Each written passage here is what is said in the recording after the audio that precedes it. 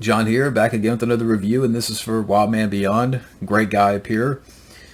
He wanted me to talk about a review, An American Werewolf in London, which I have the Blu-ray here, and there's quite a few features on here. You have a full-length documentary with the cast and crew, some featurettes, a commentary from the cast, and some other stuff.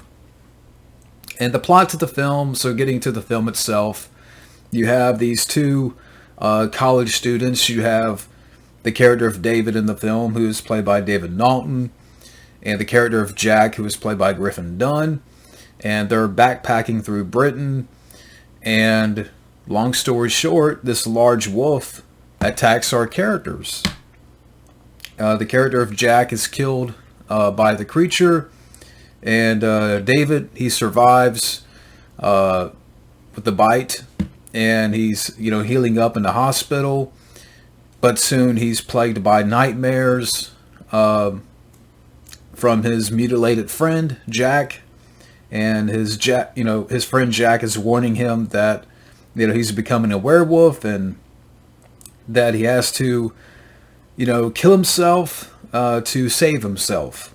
And that's the plot to the film here. It was directed by John Landis. And by this point, John Landis had directed Animal House. He also directed The Blues Brothers. And it's one of those things with John Landis, while he has directed some great movies, you can't really bring up the guy without bringing up what happened on the set of the Twilight Zone movie, which we're all aware of. And what he did was unforgivable, and he should have went to jail. And I can really go on a long rant here about that, and again, what happened on the set of that movie. I don't want to get too far away from the review here, but yeah, I mean, he went on to direct other stuff and movies that people still talk about to this day, but we shall not forget what happened on the set of the Twilight Zone movie. And yeah, like I said, what happened was unforgivable. He should have went to jail, and enough said there. But getting to the cast of the film here, you have David Naughton in the film, which he was okay. I mean, him and Griffin Dunne, which looking back at the film, honestly, this is just me here, I kind of wish that Griffin Dunne was the one to live. Like, David Naughton's fine, but I think between the two actors, I think Griffin Dunne has a little bit more to him in regards to the acting or, personality.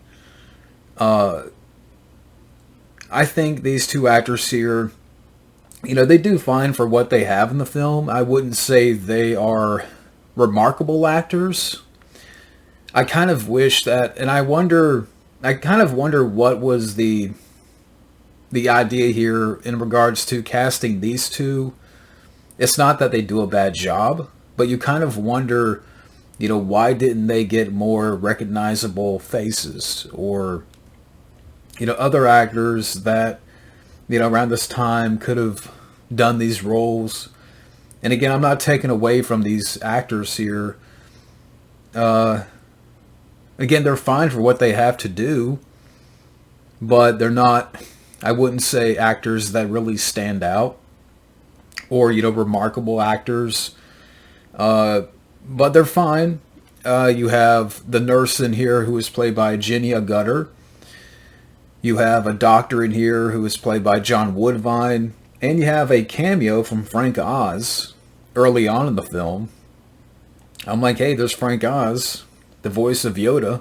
And if I talk about the stuff here, like that I appreciate, in the beginning, our two main characters, they're trekking through this countryside, and, it's dark, and they come across this pub called, the Slaughtered Lamb.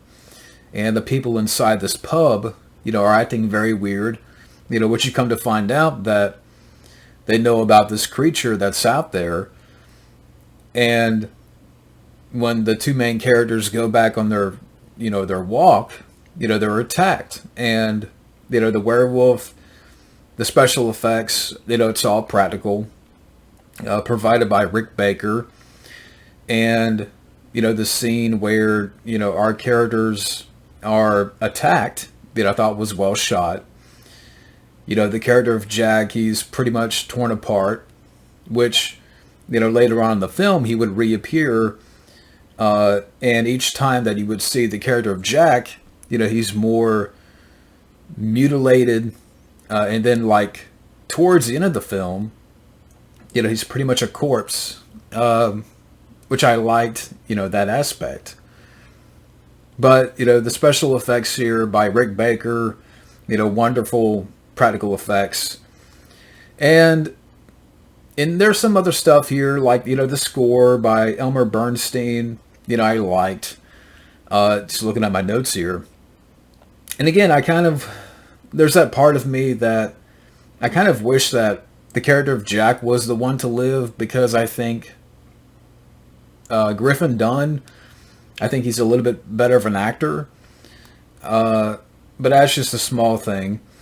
And, throughout the movie, our main character's in the hospital, healing up. And again, he's having these, like, dreams where he's seeing his friend Jack. And, Jack is warning him, hey, you're turning into a werewolf. You have to kill yourself to pretty much save yourself. But, at one point in the movie, David transforms, which the transformation scenes in the film are well done.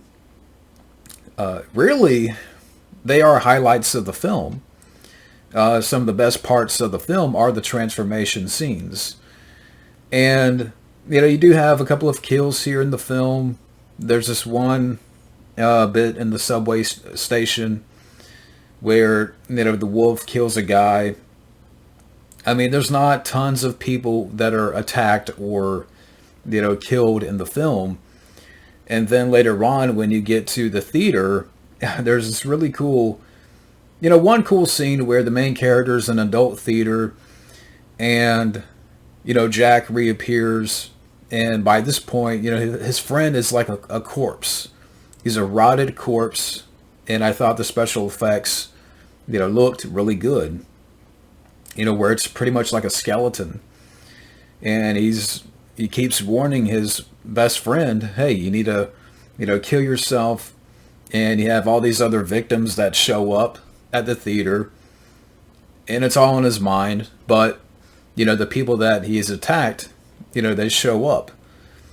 And, the main character, he transforms once again. And he breaks out into the city. And, yeah, I mean, the film ends kind of abruptly. And that's another thing that kind of getting to the nitpicks, I guess.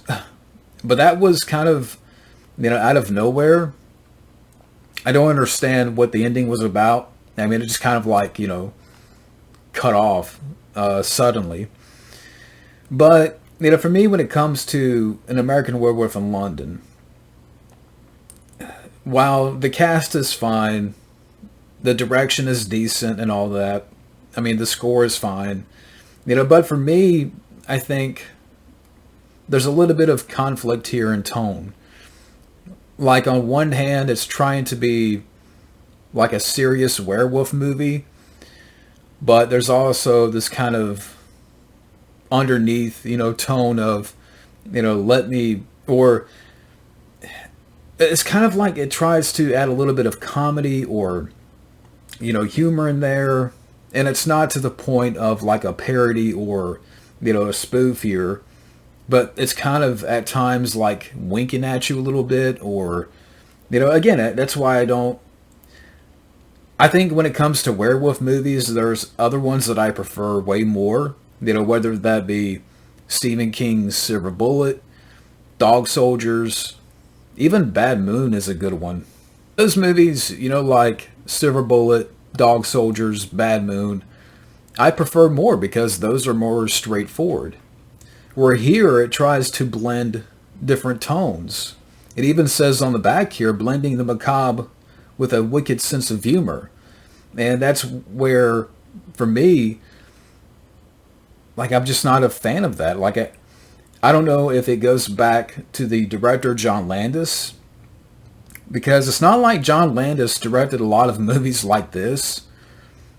So I kind of wonder, was this movie here, or doing this type of film, outside of his wheelhouse?